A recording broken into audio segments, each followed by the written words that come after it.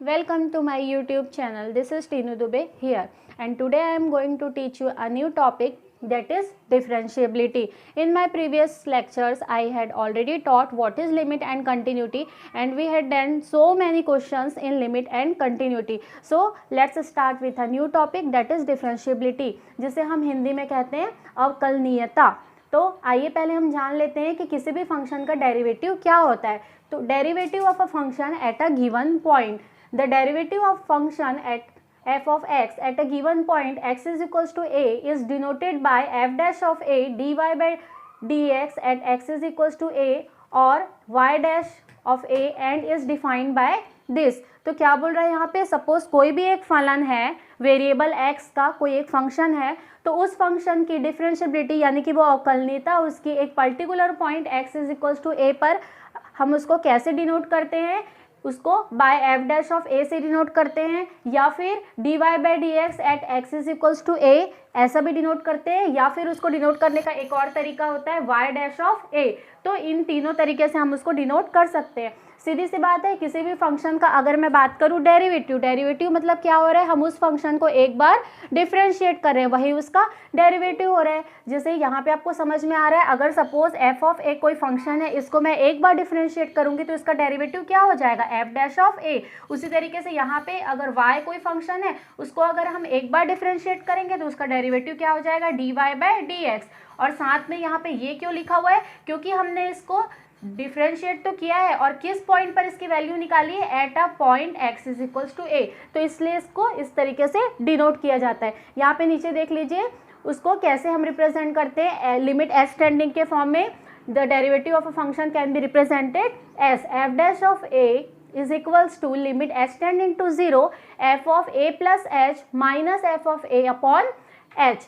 यहाँ पे f of a क्या है, जो भी आपकी गिवन फंक्शन रहेगी उसकी value at x is equals to a पर। तो ये होता है आपका simple definition of derivative of a function. अब आगे हम इसके आगे देखेंगे कि कैसे कोई भी फंक्शन अवकलनीय यानी कि डिफरेंशिएबल है या नहीं, उसको कैसे चेक किया जाता है।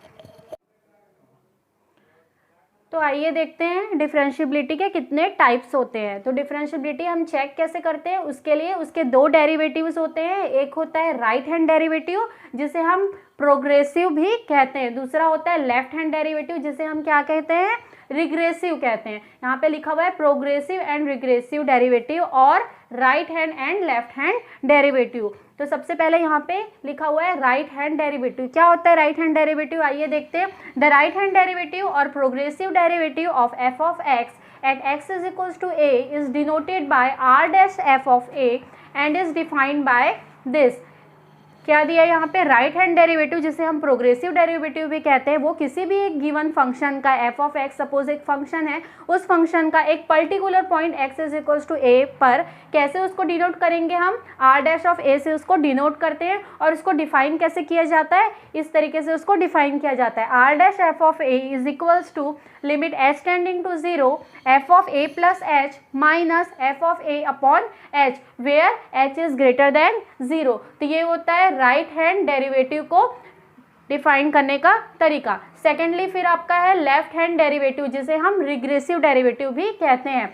The left hand derivative or regressive derivative of f of x at x is equals to a is denoted by L dash f of a and is defined by this। यहाँ पे क्या बोल रहा है, बिल्कुल इसी तरीके से जैसे राइट हैंड डेरिवेटिव हम यहाँ पे रिप्रेजेंट करते थे उसको आर डैश एफ ऑफ ए से, उसी तरीके से अगर कोई फंक्शन है उसका एक particular point X is equals to A पर अगर हमको उसका लेफ्ट हैंड डेरिवेटिव निकालना है तो उसको हम रिप्रेजेंट किससे करते हैं, एल डैश एफ ऑफ ए से। और उसको डिफाइन कैसे किया जाता है, इस तरीके से L dash f of a is equals to limit h tending to 0 f of a minus h minus f of a divided by minus of h where h is greater than 0। तो ये हो गया आपका right hand derivative को कैसे define किया जाता है प्लस लेफ्ट हैंड डेरिवेटिव को कैसे डिफाइन किया जाता है। तो अब देखते हैं कि कोई भी फंक्शन डिफरेंशिएबल है या नहीं, उसको चेक करने के लिए या उसके होने के लिए क्या क्या कंडीशंस होनी चाहिए, यानी कि किसी भी फंक्शन के डिफरेंशिएबल होने के लिए कौन कौन सी condition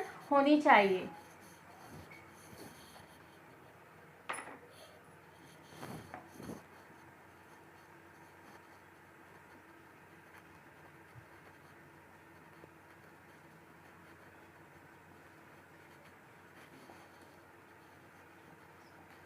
differentiability of a function.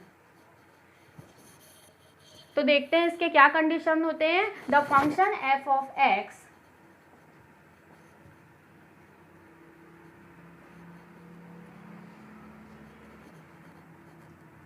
is called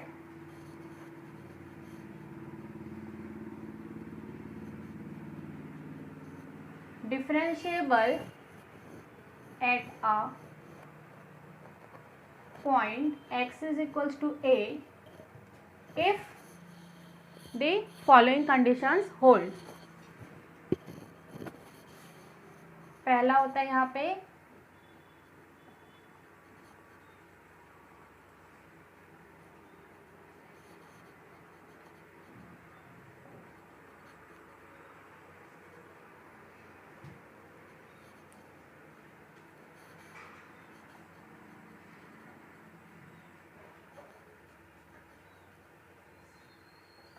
ये होता है। तो क्या आप बता रहे हैं, इससे क्या समझ में आ रहा है, कोई भी अगर फंक्शन है और अगर हमको चेक करना है उस फंक्शन का कि वो डिफरेंशिएबल है कि नहीं, तो किसी भी गिवन फंक्शन की differentiability at a particular point X is equals to A पर टेस्ट करने के लिए हमको क्या करना पड़ेगा, चेक करना पड़ेगा कि ये तीन कंडीशंस होल्ड करते हैं या नहीं। पहला condition r dash f of a exist करना चाहिए। R dash f of a यानी कि राइट हैंड डेरिवेटिव का एग्जिस्टेंस होना चाहिए। दूसरी बात लेफ्ट हैंड डेरिवेटिव का एग्जिस्टेंस होना चाहिए। और तीसरी बात right hand derivative and left hand derivative दोनों क्या होना चाहिए, इक्वल होना चाहिए। तो अगर ये तीनों कंडीशंस किसी भी गिवन फंक्शन के लिए सेटिस्फाई होती है तभी हम कहेंगे कि जो हमारे गिवन फंक्शन है वो डिफरेंशिएबल है उस पर्टिकुलर पॉइंट ए पर। तो ये होता है किसी भी फंक्शन की डिफरेंशिएबिलिटी को चेक करने का तरीका। अब इसके ऊपर हम कुछ क्वेश्चंस कर लेते हैं जिससे आपका ये वाला कॉन्सेप्ट और अच्छे से क्लियर हो जाएगा। तो चलिए आइए let's solve one question based on differentiability. यहाँ पे क्वेश्चन स्टार्ट करने से पहले एक मैं की पॉइंट बताना चाहती हूँ। यहाँ पे मैंने देखिए ऊपर स्टार करके नोट पॉइंट लिखा हुआ है। क्या लिखा है, every differentiable function is continuous. ये आपका एक बहुत इंपॉर्टेंट पॉइंट है, इसको आप हमेशा ध्यान रखिएगा। क्या समझ में आ रहा है इससे कि कोई भी अगर फंक्शन है वो अगर अवकलनीय है तो श्योरली वो संतत भी होगा, यानी कि कोई भी फंक्शन अगर डिफरेंशिएबल है तो वो कंटिन्यूअस होगा ही होगा। बट कन्वर्स में need not to be true, लेकिन जरूरी नहीं कि उसका कन्वर्स ट्रू हो। अगर कोई फंक्शन कंटिन्यूअस है तो मे बी वो डिफरेंशिएबल हो भी सकता है या नहीं भी हो सकता, लेकिन अगर कोई फंक्शन डिफरेंशिएबल है तो वो श्योरली कंटिन्यूअस होगा। तो ये आपके लिए एक इंपॉर्टेंट की पॉइंट है जिसको आप लोग हमेशा याद रखेगा। तो चलिए क्वेश्चन करते हैं। यहाँ पे देखिए क्वेश्चन लिखा हुआ है, prove that function f of x is equals to mod of x is continuous at x is equals to 0 but it is not differentiable at x is equals to 0। तो यहाँ पे क्वेश्चन में एक function दिया हुआ है। क्या function दिया है, mod of x, और हमको शो करना है कि ये फंक्शन कंटिन्यूअस तो है इस particular point x is equals to 0 पर, बट वह डिफरेंशिएबल इस पॉइंट के लिए नहीं है। तो यहाँ पे बात किसकी हो रही है, कंटिन्यूटी की प्लस डिफरेंशिएबिलिटी दोनों की। तो पहले हम इसकी कंटिन्यूटी चेक कर लेंगे, शो करेंगे कि ये कंटिन्यूअस है, और उसके बाद हम इसमें शो करना है, हम चेक करेंगे कि इसके ये फंक्शन डिफरेंशिएबल इसी particular point x is equals to 0 पर है या नहीं। तो कंटिन्यूटी टेस्ट करने का तरीका हमने पहले ही पढ़ चुका है। क्या करना पड़ता है उसके लिए, पहला तो वैल्यू ऑफ फंक्शन चेक कर लेते हैं। क्या हो जाएगी यहाँ पे, value of function f of x at x is equals to 0। यहाँ पे क्या दिया हुआ है, मॉड ऑफ एक्स। तो वैल्यू ऑफ फंक्शन यानी कि एफ ऑफ 0 क्या हो जाएगा, मॉड ऑफ 0, डेट मीन्स 0। तो ये हो गया आपका वैल्यू ऑफ फंक्शन। अब हम निकाल लेते हैं right hand limit at x is equals to 0। Continuity check करने के लिए हमको यही तीन चीज़ों की तो जरूरत पड़ती है, value of function, right hand limit and left hand limit. तो राइट हैंड लिमिट कैसे हो जाएगा, limit x tending to 0 f of 0 plus h। ऐसा ही होता है राइट हैंड डेरिवेटिव। क्या हो जाएगा यहाँ से, limit h tending to 0 f of 0 plus h, यानी कि मॉड ऑफ 0 प्लस h, जिसमें लिमिट अप्लाई करने पे हमको क्या मिल जाएगा, 0। तो ये हो गया राइट हैंड डेरिवेटिव। इसी तरीके से हम निकाल लेते हैं left hand derivative at x is equal to 0, limit h tending to 0 f of 0 minus h। ये होता है हमारा लेफ्ट हैंड डेरिवेटिव फंक्शन पे वैल्यू पुट करने से क्या हो जाएगा, mod of 0 minus h which is equals to limit h tending to 0 mod minus h. अब यहाँ पे मॉड है तो वो ऑलरेडी प्लस हो जाएगा, प्लस हम यहाँ पे लिमिट अप्लाई करेंगे तो इसकी वैल्यू भी क्या मिलेगी, हमको 0 मिलेगी। तो यहाँ से क्या इम्प्लाई करता है कि right hand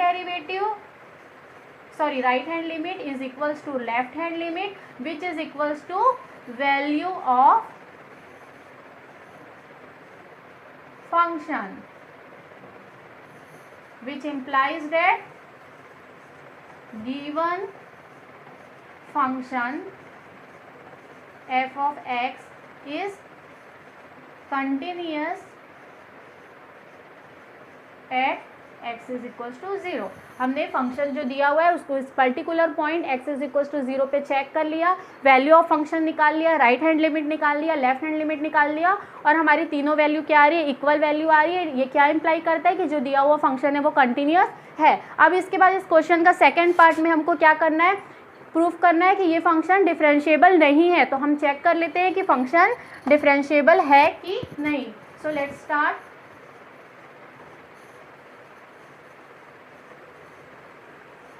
Now we know that for checking the differentiability of a function we have to find right hand derivative as well as left hand derivative.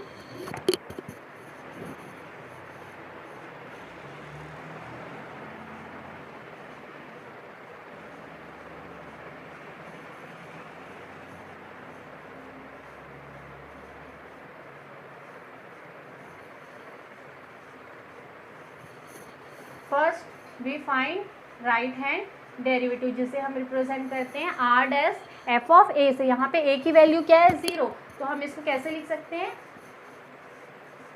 Are dash f of 0। और according to the definition of right hand derivative ये क्या हो जाएगा, limit h tending to 0 f of 0 plus h minus f of 0 divided by h. Okay तो अब यहाँ पे देखिए सबकी वैल्यू पुट कर लेते हैं। Limit h tending to 0 f of 0 plus h, इसकी वैल्यू क्या है, एफ ऑफ 0 प्लस एच की limit h tending to 0 mod 0 plus h minus f of 0 हमको पता है 0 अपॉन एच। सॉल्व करने पे क्या मिल जाएगा, limit h tending to 0 mod h upon h, और इसको सॉल्व कर लेंगे तो हमको मिल जाएगा 1। तो यहाँ पे हमने निकाल लिया राइट हैंड डेरिवेटिव। सिमिलरली हम सॉल्व कर लेते हैं इसका लेफ्ट हैंड डेरिवेटिव जिसको हम किससे रिप्रेजेंट करते हैं, एल डैश एफ ऑफ ए से। क्या हो जाएगा ये, l dash f of 0। According to the definition of left hand derivative what we will get, limit h tending to 0 f of 0 minus h minus f of 0 divided by minus h. ऐसा हो जाएगा। वापस से यहाँ पे value रखने पे हमको क्या मिलेगा, limit h tending to 0 mod of 0 minus h minus 0 because the value of f of 0 is 0 divided by minus of h. Again limit h tending to 0 divided by minus h. On solving this we will get limit h tending to 0 h upon minus h which will equal to minus 1. Okay तो यहाँ पे देख सकते हैं right hand derivative की value क्या आ रही है, +1, और लेफ्ट हैंड डेरिवेटिव की वैल्यू क्या आ रही है, -1। But what is the condition for the differentiability of a function, the condition is this both must be equal. ये दोनों क्या होना चाहिए, इक्वल होना चाहिए, लेकिन यहाँ पे वो कंडीशन होल्ड नहीं कर रही है। तो दिस इम्प्लाइज दैट, क्या इम्प्लाइज करता है यहाँ पे, right hand derivative is not equal to left hand derivative which implies that given function is not differentiable at x is equals to 0। Clear है। हमने पहले फंक्शन की कंटिन्यूटी चेक की, हमको क्या मिला कि फंक्शन कंटिन्यूअस है। देन हम उसकी डिफरेंशिएबिलिटी चेक कर लेते हैं, जिसके लिए हमको क्या करना पड़ता है, राइट हैंड डेरिवेटिव कैलकुलेट करना पड़ता है, लेफ्ट हैंड डेरिवेटिव कैलकुलेट करना पड़ता है और उसको इक्वेट करना पड़ता है। तो यहाँ पे right and left hand derivative exist तो कर रहा है बट दोनों अनइक्वल आ रहा है। तो इससे क्या समझ में आता है कि गिवन फंक्शन डिफरेंशिएबल नहीं है। तो क्वेश्चन में यही प्रूफ करना था कि फंक्शन कंटिन्यूअस है बट नॉट डिफरेंशिएबल। तो यहाँ पे ये वाला क्वेश्चन कंप्लीट होता है। Okay, so let us solve one more question based on differentiability. Here the given question is, show that the following function f of x is equals to x square sine 1 upon x when x is not equals to 0 and equals to 0 when x is equals to 0 is continuous and differentiable at x is equals to 0. So here in the given function we have to check continuity as well as its differentiability. So let's start solving this question.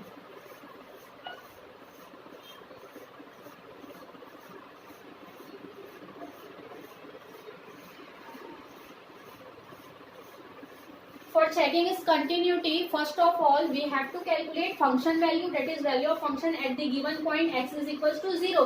Here it is clearly given that the value of function is 0 when x is equals to 0. So the function value becomes 0. Now we have to calculate its right hand limit, which is equals to limit h tending to 0 f of 0 plus h.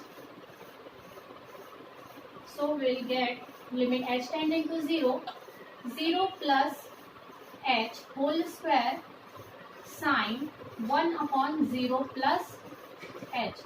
On solving this, we will get limit h tending to 0, h square sine 1 upon h.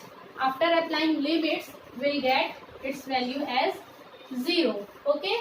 तो यहाँ पे right hand limit की value हमने क्या find out कर ली, 0.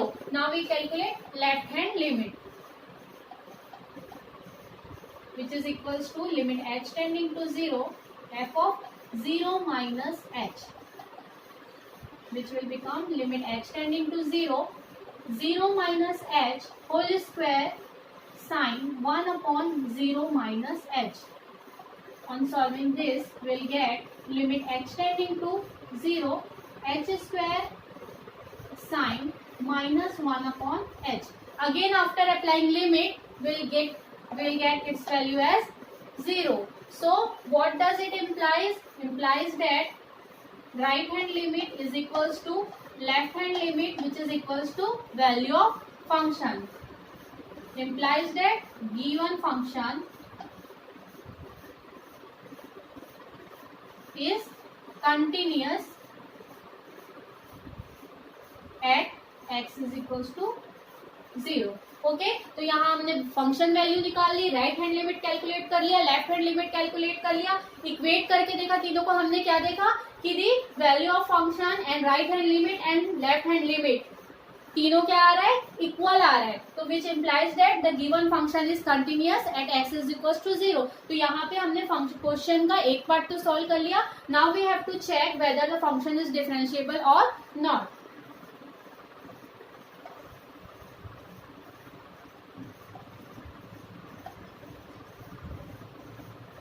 So let us solve the second part of this question.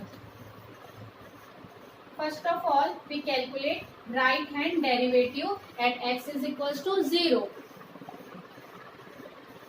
Limit h tending to 0, f of 0 plus h minus f of 0 divided by h. Okay, on substituting value we get limit h tending to 0, 0 plus h whole square sine 1 upon 0 plus h whole divided by h, which will become limit h tending to 0, h square sine 1 upon h whole divided by h. Here we cancel one h, and after applying limit what we will get? We will get its value as 0. Okay, now we calculate left hand derivative at x is equals to 0, which will become limit h tending to 0, f of 0 minus h minus f of 0 divided by minus of h. On substituting its value, we get limit h tending to 0, 0 minus h whole square sine of 1 upon 0 minus h whole divided by minus of h, which will become limit h tending to 0, h square sine minus 1 upon h whole divided by minus of h. Here again we will cancel 1h. Also we know that sine of minus theta is equals to minus sine theta. So it will become limit h tending to 0, h sine 1 upon h. Again on applying limit, what we will get? We will get its value as 0. Okay. So here we calculated the right hand derivative as well as left hand derivative. And we come to the point that here right hand derivative at x is equals to 0 is equals to left hand derivative at x is equals to 0, which implies that the given function is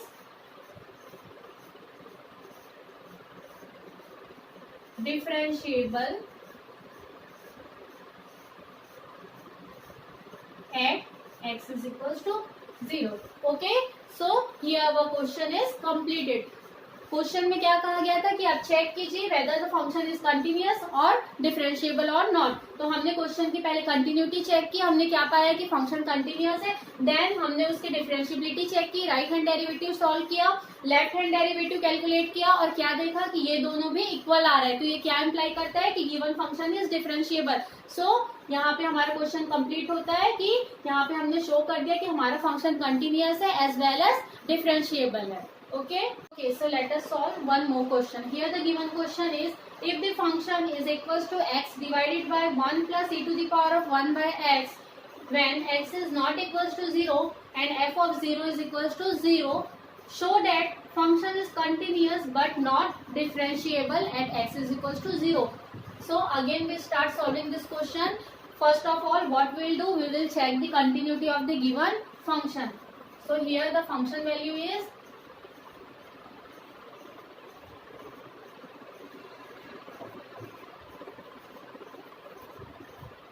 f of 0 is equals to 0. It is already given in the question that the value of function is 0 at x is equals to 0. Okay. Now we calculate right hand limit.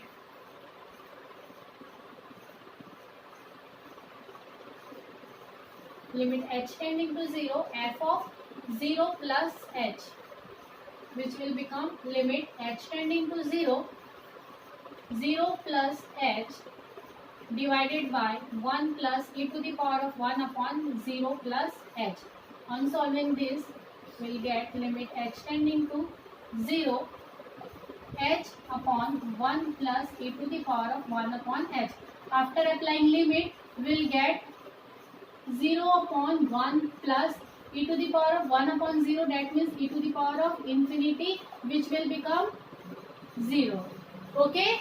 Now we solve left hand limit, which is equals to limit h tending to 0, f of 0 minus h, which is equals to limit h tending to 0, 0 minus h whole divided by 1 plus e to the power of 1 upon 0 minus h. Okay, so this will equal to limit h tending to 0 minus of h divided by 1 plus e to the power of minus 1 upon h.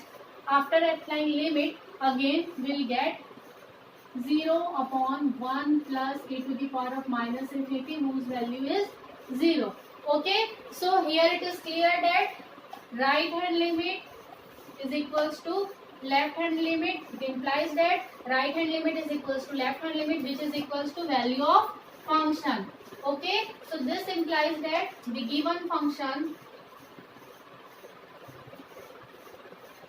is continuous at x is equals to 0. Okay, now we have to show that the function is not differentiable at x is equals to 0. So let us solve the second part of this question.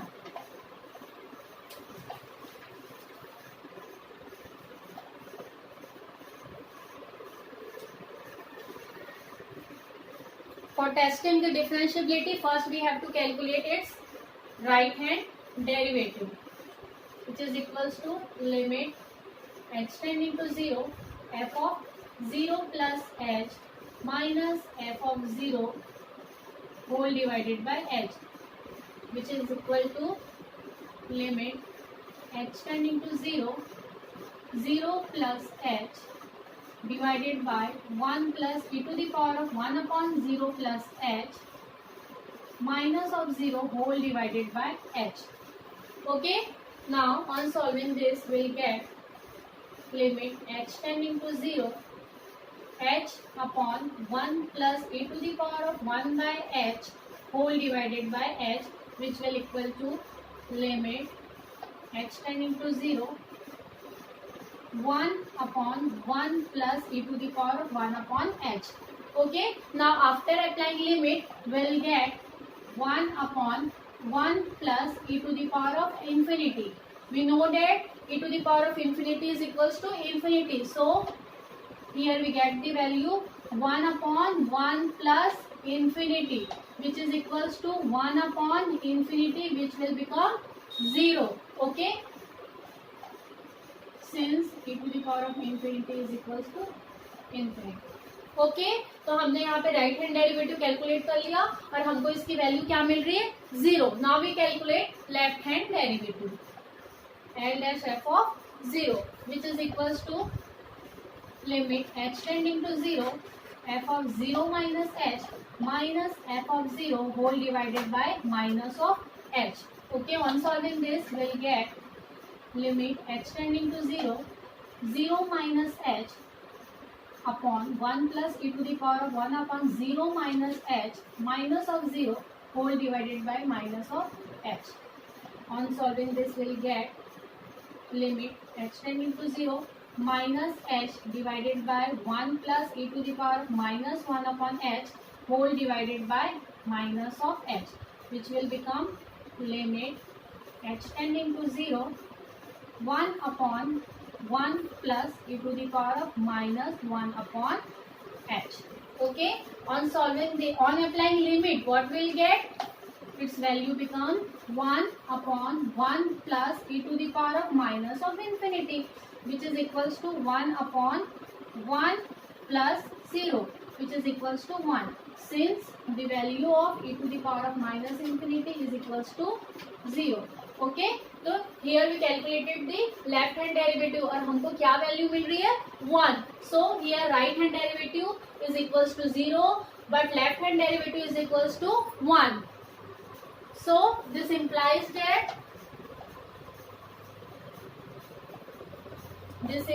that right hand derivative is not equal to left hand derivative, which implies that given function is not differentiable at x is equals to 0. Okay, तो इस question में हमने क्या किया, continuity check की, question को solve किया, उसका फंक्शन वैल्यू निकाला, राइट हैंड डेरिवेटिव कैलकुलेट किया, लेफ्ट हैंड डेरिवेटिव कैलकुलेट किया और हमने क्या पाया कि क्वेश्चन सॉल्व करने के बाद कि हमारा गिवन फंक्शन कंटिन्यूअस है at x is equal to 0. Then हमने इसका राइट हैंड डेरिवेटिव कैलकुलेट किया, लेफ्ट हैंड डेरिवेटिव कैलकुलेट किया और क्या देखा कि दोनों की वैल्यू अनइक्वल आ रही है. तो यहाँ से क्या इंप्लाई होता है कि ये फंक्शन डिफरेंशिएबल नहीं है. सो हेंस क्या हो जाएगा, hence given function is continuous but not